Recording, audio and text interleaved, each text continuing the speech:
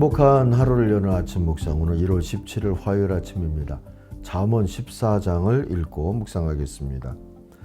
지혜로운 여인은 자기 집을 세우되 미련한 여인은 자기 손으로 그것을 허느니라. 정직하게 행하는 자는 여호와를 경외하여도 패역하게 행하는 자는 여호와를 경멸하느니라. 미련한 자는 교만하여 입으로 매를 자청하고 지혜로운 자의 입술은 자기를 보전하느니라. 소가 없으면 구유는 깨끗하려니와 소의 힘으로 얻는 것이 많으니라.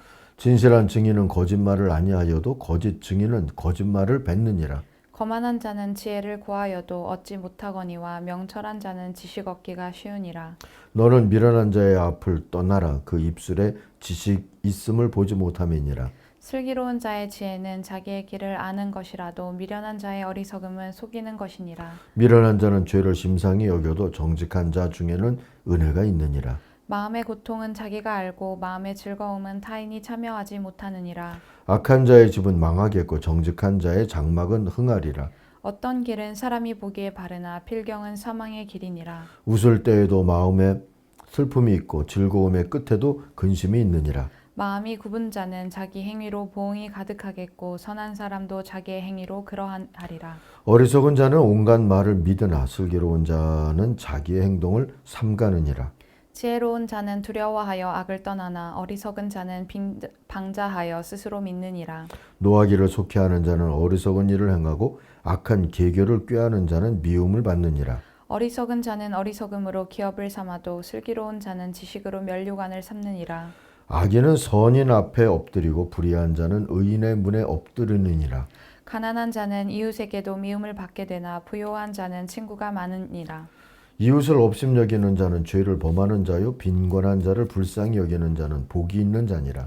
악을 도모하는 자는 잘못 가는 것이 아니냐. 선을 도모하는 자에게는 인자와 진리가 있으리라. 모든 수고에는 이익이 있어도 입술의 말은 궁핍을 이룰 뿐이니라. 지혜로운 자의 재물은 그의 면류관이요 미련한 자의 소유는 다만 미련한 것이니라.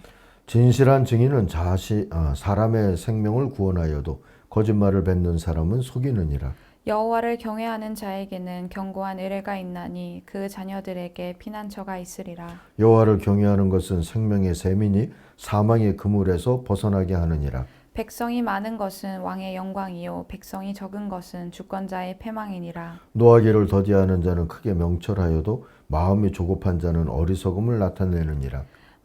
평온한 마음은 육신의 생명이나 시기는 뼈를 썩게 하느니라. 가난한 사람을 학대하는 자는 그를 지으신 이를 멸시하는 자요 궁핍한 사람을 불쌍히 여기는 자는 주를 공경하는 자니라. 악인은 그의 환난에 엎드러져도 의인은 그의 죽음에도 소망이 있느니라. 지혜는 명철한 자의 마음에 머물거니와 미련한 자의 속에 있는 것은 나타나느니라. 공의는 나라를 영화롭게 하고 죄는 백성을 욕되게 하느니라. 슬기롭게 행하는 신하는 왕에게 은총을 입고 욕을 끼치는 신하는 그의 진노를 당하느니라. 아멘.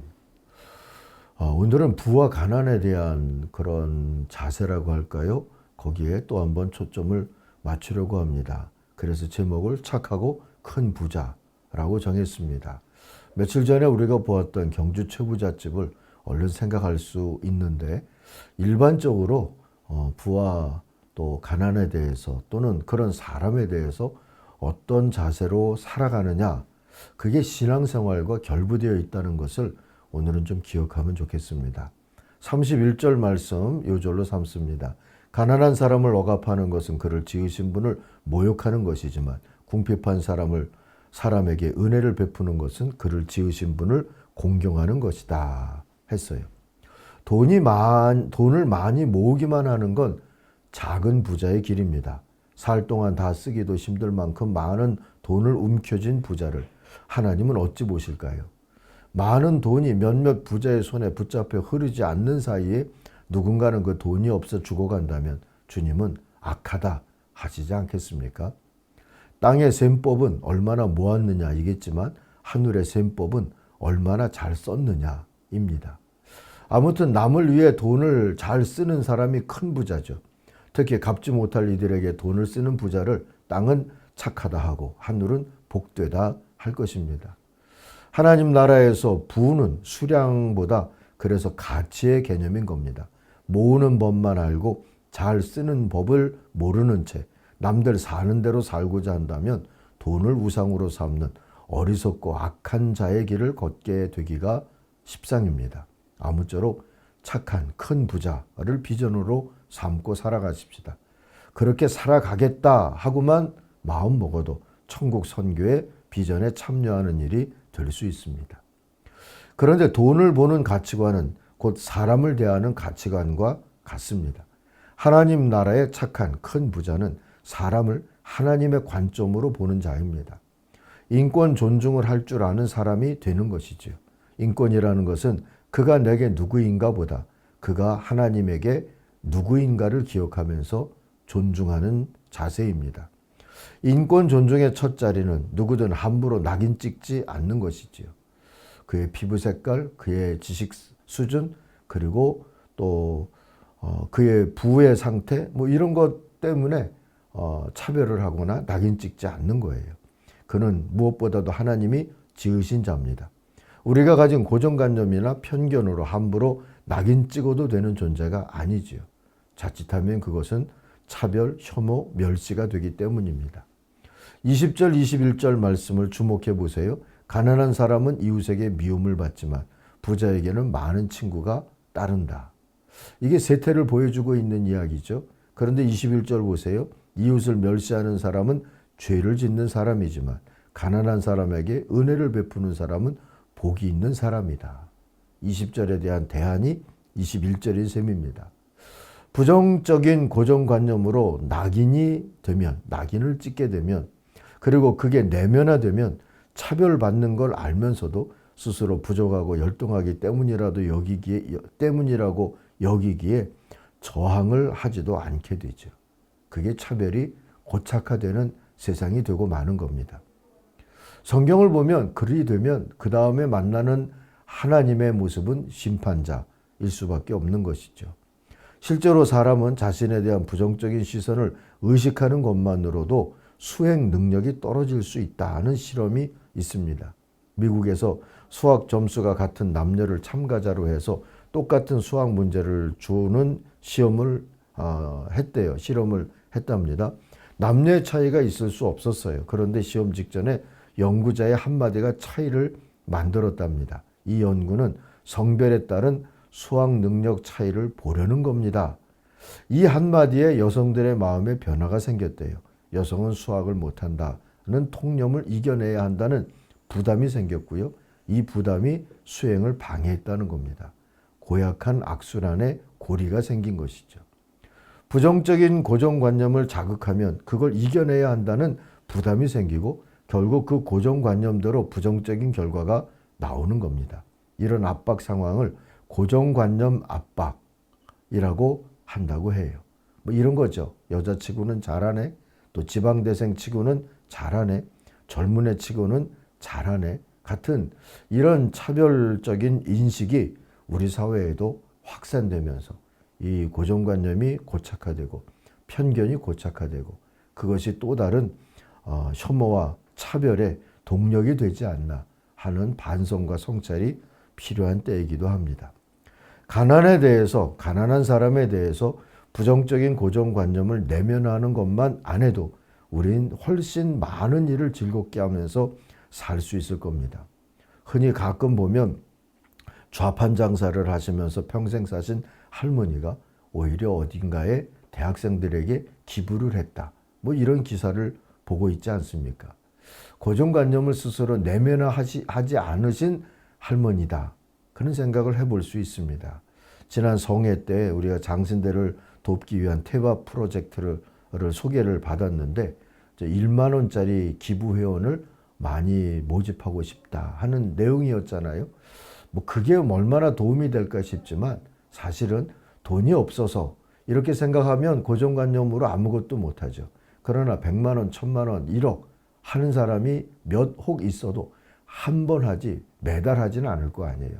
한 번 하는 그런 사람보다 1만 원짜리라도 내가 마음을 두고 기도하며 섬기겠다 하는 사람이 1000명, 10,000명 된다면 그게 지속적으로 오랜 힘이 될 수 있지 않겠습니까? 사람을 보는 가치, 또 돈을 보는 가치, 그래서 그것은 참 중요하면서도 통해 있고요. 그것은 곧 자기 자신을 이해하는 것과도 같고 하나님의 사람으로 자기 자신을 세우고자 하는 그런 자세와도 통합니다. 우리가 인권을 존중하는 신앙을 가지려고 노력만 해도 차별이나 혐오 면에서 상식적인 리더십을 바라면서 기도만 해도, 물론 기도보다 회개가 먼저일 수 있지만요, 그렇게만 하더라도 더 나은 선교 현장은 우리 주변에 많이 열리게 될 줄로 믿습니다. 하나님과 사람들에게 은총과 귀중히 여김을 받는 교회는 회복될 수 있을 것이고요. 또 그렇게 살아가는 성도들의 삶을 통하여서 세상에는 소금도 있고 빛도 있는 그런 삶이 이루어지고 그들을 세상의 소금과 빛으로 세우신 하나님께 영광을 돌릴 수 있는 일들이 많아질 줄로 믿습니다. 그런 역사가 여러분들을 통하여서도 이루어지기를 소망합니다. 기도하십시다. 하나님 아버지, 우리 모든 아침 가족들이 착하고 큰 부자의 길을 걷게 되기를 바랍니다. 하나님이 인도하여 주시옵소서. 또 하나님, 세상을 선교지로 여기고 살고 있는 모든 선교사들에게 또 착한 믿음도 주시고 저들에게 착한 돈을, 큰 돈을 맡기셔서 하나님의 뜻을 이루며 살아갈 수 있도록 은혜도 베풀어 주시옵소서. 예수님의 이름으로 기도하옵나이다. 아멘. 하늘에 계신 우리 아버지, 아버지의 이름을 거룩하게 하시며 아버지의 나라가 오게 하시며 아버지의 뜻이 하늘에서와 같이 땅에서도 이루어지게 하소서. 오늘 우리에게 일용할 양식을 주시고 우리가 우리에게 잘못한 사람을 용서하여 준 것 같이 우리 죄를 용서하여 주시고 우리를 시험에 빠지지 않게 하시고 악에서 구하소서. 나라와 권능과 영광이 영원히 아버지의 것입니다. 아멘. 각자 기도하겠습니다.